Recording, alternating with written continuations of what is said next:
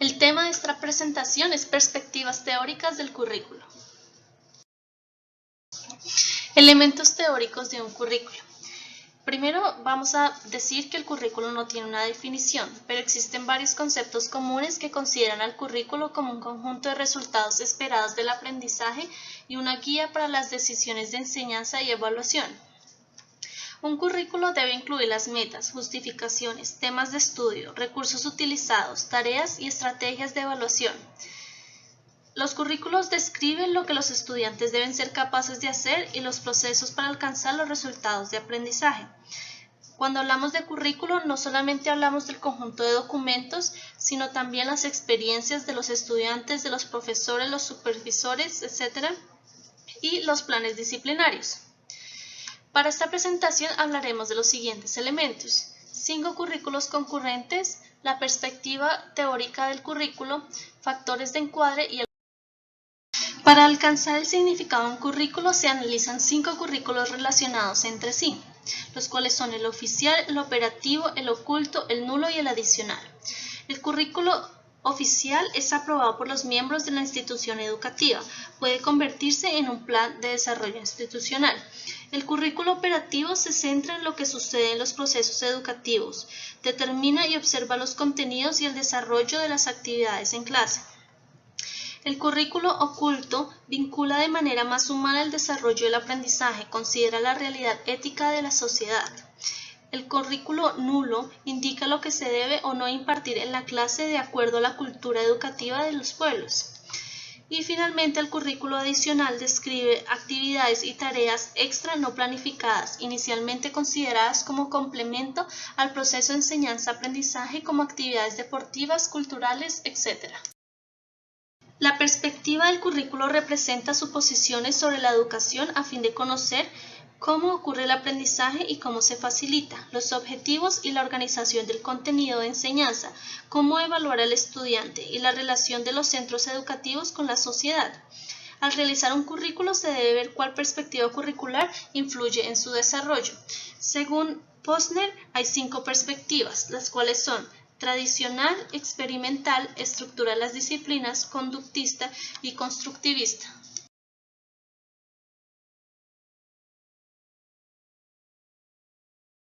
Perspectiva tradicional o educación tradicional fue la respuesta al problema de transmitir la herencia cultural.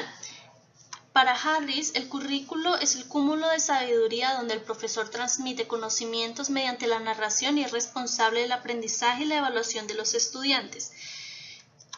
Para Hish, él dice que el propósito de la educación es la asimilación, transmisión de la información. Argumenta que ser educado en una cultura es poseer la información básica para prosperar en el mundo moderno, ya que sin esta información las personas no pueden comunicarse. Para Bennett representa el punto de vista tradicional, más generalmente aceptado, ya que reconoce que la educación incluye no solamente el conocimiento, sino también las habilidades e ideales de los miembros en el proceso de enseñanza-aprendizaje. Respecto al propósito y contenido, el contenido del currículo tradicional representa los hechos, conceptos, principios, leyes, valores y habilidades de una cultura.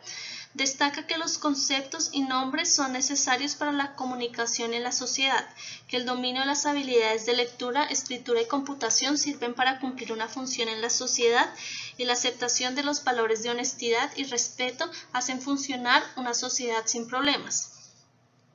Considera a la materia como un conjunto de conocimientos que el currículo espera que el estudiante aprenda.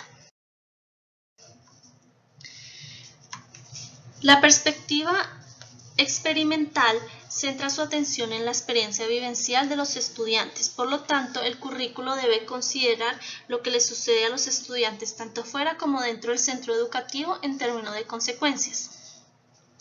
Dewey argumenta que la educación, como toda la vida, es un proceso de experimentación. Afirmó que la educación tradicional era inadecuada porque se orienta a la educación de la mente, al razonamiento y a la educación de los sentidos, el empirismo, y no considera las experiencias vivenciales de los estudiantes. Entonces, él agregó un nuevo criterio, el desarrollo del crecimiento sustentable de la experiencia individual, afirmando que cualquier asignatura seleccionada para los estudiantes debía contribuir al desarrollo intelectual, social y personal. En conclusión, el propósito de esta perspectiva es hacer que la enseñanza se relacione de manera más funcional con las experiencias vivenciales de los estudiantes. De esta forma, el docente debe aumentar su destreza para planear, investigar y usar los recursos adecuados que contribuyan al desarrollo de estudiantes más autónomos e inteligentes. Respecto al propósito y al contenido, la perspectiva experimental se enfoca en el desarrollo de un individuo que tenga confianza y dominio de sí mismo, que le permita actuar social y personalmente de forma más provechosa. La educación experimental aumenta la capacidad de planear, investigar, utilizar los recursos, persistir en las tareas, enfrentar nuevas ideas, confrontar opiniones, responsabilidad y cumplir compromisos. En esta perspectiva, ninguna materia tiene más valor que la otra. Todas las asignaturas se derivan de la experiencia cotidiana. El docente debe seleccionar tópicos que estimulan la observación y la opinión.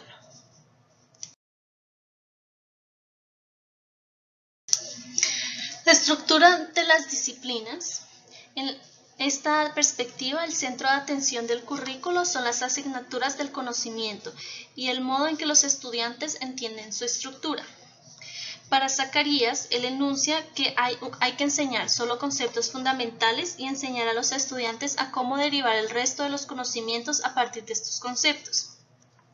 En esta perspectiva hay tres principios. El primero es que la materia es dinámica y evoluciona con el tiempo. La segunda es que cada disciplina tiene su forma de realizar la investigación. Y el tercero es el propósito de la educación es desarrollar las mentes mediante la indagación.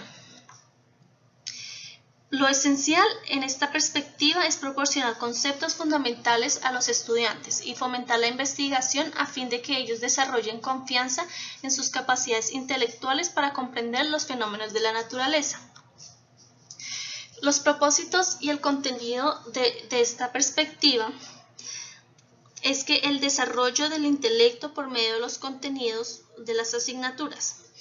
Cada materia tiene su estructura propia y representa los dominios de la investigación sistemática basada en teorías aceptadas y el modo de responder preguntas.